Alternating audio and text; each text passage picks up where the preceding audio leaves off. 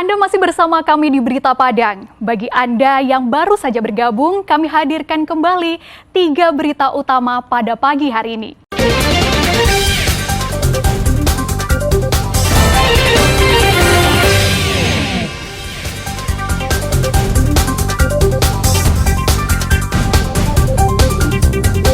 Dunia pendidikan di Sumatera Barat kembali tercoreng. Seorang kepala SMA swasta dianiaya di sekolahnya oleh sekelompok orang tak dikenal.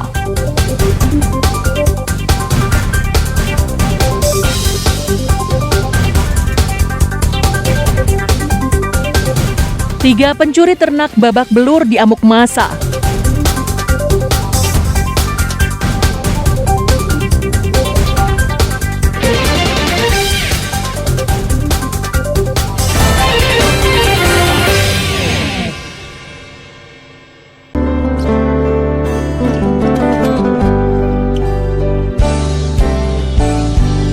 Objek wisata Lembah Harau di Kabupaten 50 Kota, sekitar 140 km dari pusat kota Padang, dalam minggu ini diperbincangkan banyak orang. Hal itu terjadi setelah Balai Konservasi Sumber Daya Alam Sumatera Barat berniat memasang merek TWA Lembah Harau di salah satu tebing batunya. Informasi ini dipublikasikan BKSDA melalui media sosial. Rencananya, tulisan tersebut terbuat dari logam dengan panjang 45 meter dan tinggi hurufnya 4 meter, serta ditempelkan di tebing yang tinggi yang berjarak sekitar 250 meter dari permukaan tanah. Saat dikonfirmasi, Kepala BKSDA Sumbar tak berada di tempat. Bawahannya juga tak berkenan menemui tim liputan Berita Padang saat kami mendatangi kantor tersebut Kamis dan Jumat pekan lalu. Rencana itu ditentang banyak pihak, karena dinilai jauh dari kaidah konservasi serta vandalisme dan menghancurkan keindahan alam yang merupakan hasil karya seni dan barang berharga yang terbuat secara alamiah. Ade Edward, pakar geologi Sumatera Barat, mengatakan, seharusnya BKSDA tidak hanya memikirkan keuntungan dari satu sisi, namun juga memikirkan dampaknya, yakni merusak keasrian tebing yang sudah terkenal untuk menggait wisatawan tersebut. Selama ini, pengunjung di Lembah Harau takjub karena keindahan Lembah Harau yang terletak pada tebing batuan yang tersusun oleh struktur perlapisannya. Ya dihentikan, kajiannya sudah jelas itu. Dihentikan saja, ya dihentikan, jangan dipasang. Kalau sudah terpasang ya dicopot lagi, pindahkan saja ke bawah. Di zona buffer zone-nya di bawah. Kan di dataran di bawah itu masuk ke tidak masuk zona inti, masuk zona buffer zone, zona penyangga, boleh. Usulan untuk menghentikan pembuatan landmark Lembah Harau didukung sepenuhnya oleh Lembaga Swadaya Masyarakat Walhi. Karena pembangunannya justru akan merusak Taman Wisata Alam Lembah Harau itu sendiri. Memang BKSDA harus menghentikan rencana proyek ini. Kalau tidak, ini akan menjadi alat pembenar di masa depan bahwa di kawasan-kawasan konservasi ternyata orang, institusi yang diberi amanah, diberi tanggung jawab untuk menjaganya justru dengan leluasa melakukan intervensi-intervensi proyek infrastruktur. Gubernur juga minta BKSDA Sumbar memikirkan cara lain untuk pembuatan tulisan tersebut.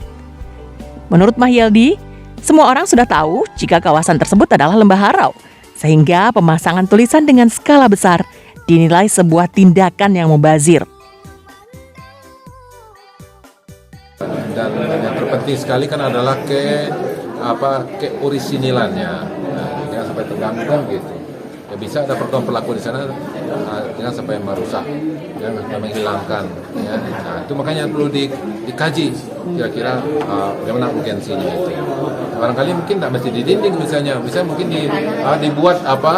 dibuat semacam billboard di sana, ditulis ini dindingnya usia sekian, ini mungkin bisa. Banyak cara lah. Lembah Harau adalah sebuah ngarai dan diapit 2 bukit cadas terjal dengan ketinggian 100 hingga 300 meter. Tebing batu tersebut terdiri dari bebatuan pasir, batu breksi, dan batu konglomerat. Perpaduannya menghasilkan warna yang indah.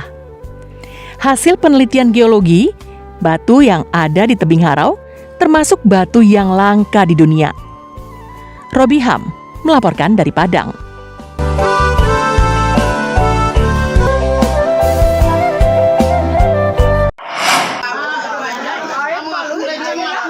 Sebuah video yang beredar di masyarakat menunjukkan 3 tersangka pencurian ternak yang babak belur dihajar massa. Mereka hendak mencuri di Kampung Padang Panjang 2, Nagari Kambang Utara, pekan silam. Namun aksinya diketahui warga yang sedang ronda malam. Warga curiga dengan gerak-gerik sebuah minibus yang dikendarai pelaku dan hilir mudik di kampung mereka.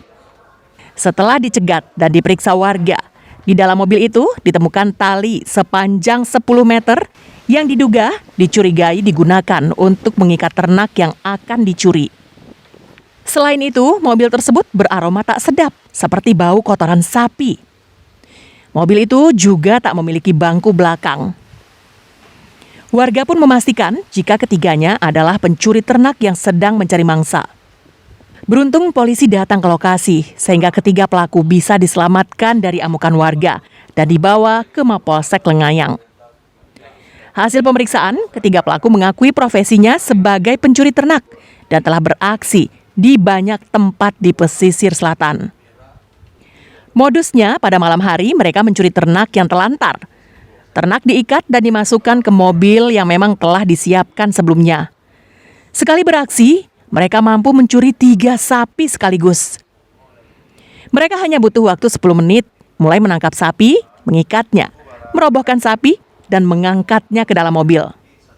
Seekor sapi yang dicuri dijual Rp2.500.000.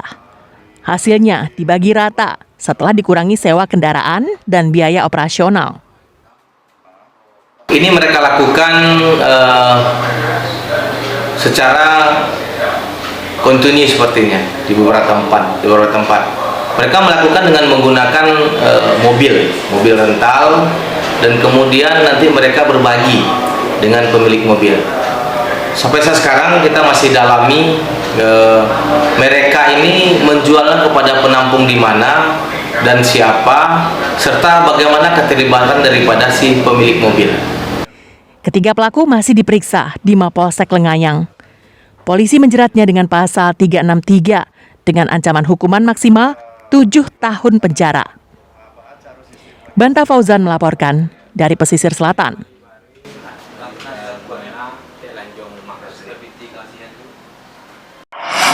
Saudara, informasi tadi sekaligus menutup berita Padang pagi ini. Saya Frin Meriana dan tim redaksi yang bertugas mengucapkan terima kasih. Sampai jumpa.